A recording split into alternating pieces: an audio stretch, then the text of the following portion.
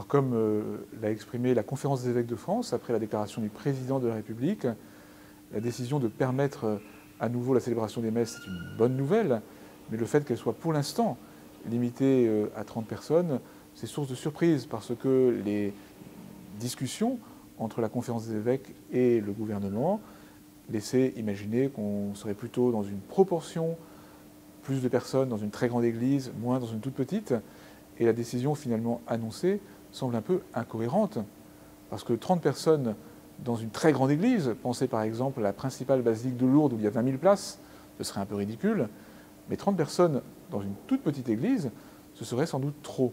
Et donc nous espérons bien, et d'ailleurs c'est ce qui semble se dessiner, que nous allons avancer en définissant non pas une valeur absolue, tout à fait arbitraire, mais un pourcentage d'occupation ou une dimension d'espace. La liberté de culte est une liberté fondamentale, cela a été rappelé plusieurs fois récemment, en particulier par le Conseil d'État, la plus haute juridiction administrative dans notre pays.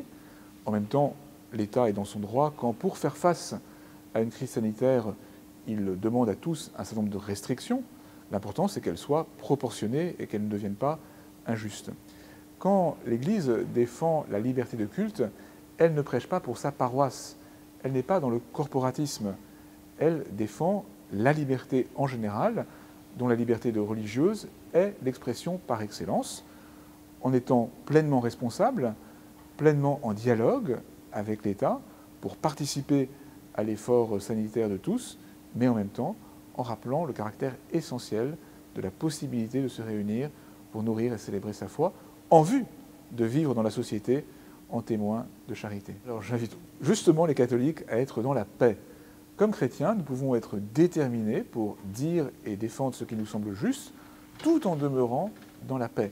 Et puis je vous invite surtout à ne pas se diviser.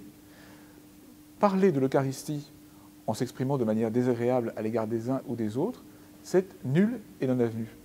Parce que l'Eucharistie, c'est le sacrement de la communion, et si on en parle, ou si on imagine la vivre sans esprit de communion, on n'est plus dans le mystère de l'Eucharistie. Donc il nous faut agir avec détermination, liberté de cœur, mais aussi beaucoup d'esprit d'unité et de paix.